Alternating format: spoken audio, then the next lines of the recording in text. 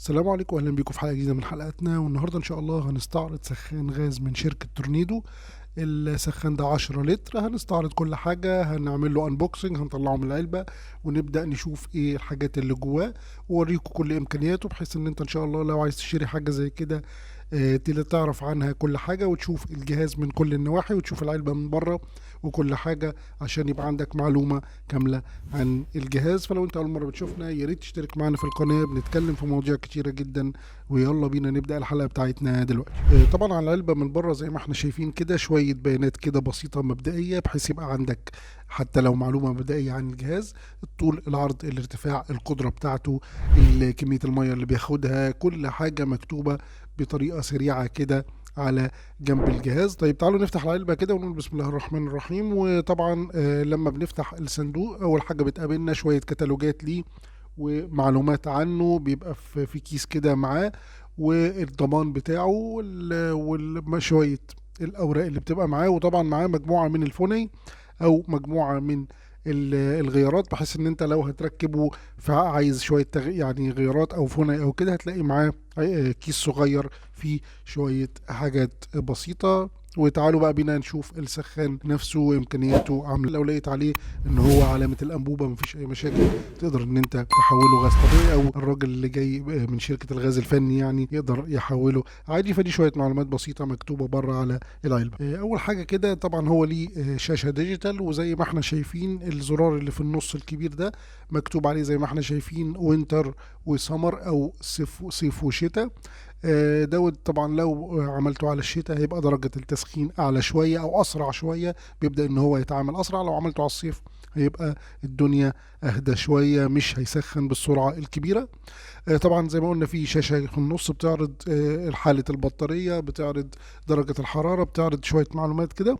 برضو على اليمين هنلاقي زرار درجة حرارة الخلط ما بين المية الساقعة والسخنة، ده الزرار اللي على اليمين.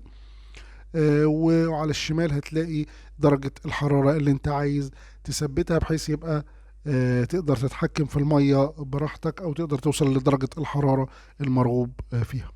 ده مكان البطارية زي ما احنا شايفين، بتحط بطاريتين وبيبان لك النسبة بتاعتهم على الشاشة.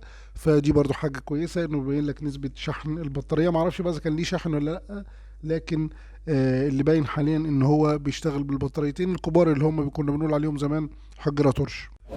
تعالوا كده برضو نبص بصة تحت كده عشان يبقى شايفينه من جوه. طبعا هو قلب السخان نحاس احمر، وده يعتبر من اجود انواع النحاس. وطبعا هم حتى كاتبينه على العلبة من بره ان هو من النحاس الخالص الاحمر الخالص. طبعا ده شيء كويس جدا اولا لكفاءة السخان. زي ما احنا شايفين دلوقتي ده مكان المدخنة، بيبقى ليها طبعا مقاس معين، بتقول للفني انا جايبه 10 لتر.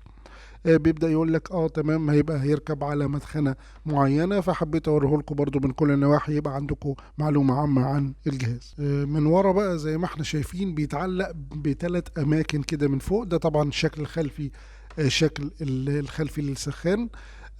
طريقة التعليق بيتعلق زي ما احنا شايفين في ثلاث فتحات فوق، بتقدر ان انت تعلق على الخوابير اللي انت عايزها. وطبعا لازم تثبته بشكل كويس عشان يبقى ثابت وتمام في الحيطة، ما يتهزش ولا حاجة، ويبدأ يدي أعلى أداء. فحبيت أوريه لكم من كل النواحي. دي طبعا ورقة موجودة على جنب الجهاز نفسه بتبين لك كل المعلومات اللي انت عايز تعرفها عن الجهاز ده. بقى لما تفتح جوه مش بره زي اللي موجودة على العلبة، لا دي أقوى شوية. زي ما احنا شايفين بيبين لك كل معلومة انت عايز تعرفها عن الجهاز. هحاول اثبتها لكم شويه عشان تقدر تقرا البيانات كلها اللي موجوده عليه. ودي حلقه سريعه، حبيت ان انا استعرض السخان من كل النواحي، بحيث ان انت لو هتنزل تشتري حاجه زي كده يبقى عندك معلومه كامله قبل ما تشتري حاجه. لان انا لما جيت اتفرج على النت او ان انا اشوف ريفيوهات ليه كتير، ما لقيتش حد مفصص الموضوع قوي كده ومبين كل التفاصيل من بره ومن جوه. فما تنسوش باللايك والشير، والسلام عليكم ورحمه الله وبركاته.